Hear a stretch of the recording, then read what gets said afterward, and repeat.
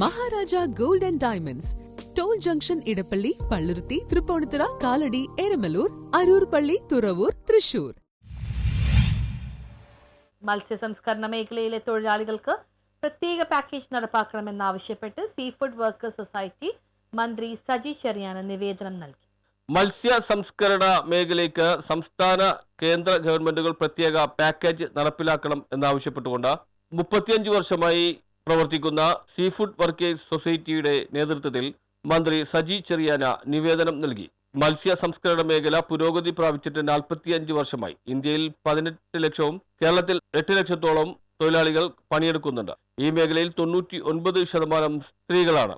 MBDയുടെ കണക്കനുസരിച്ച് 63,000 കോടി രൂപയുടെ വിദേശ നാണ്യം നേടിത്തരുന്നുണ്ട്.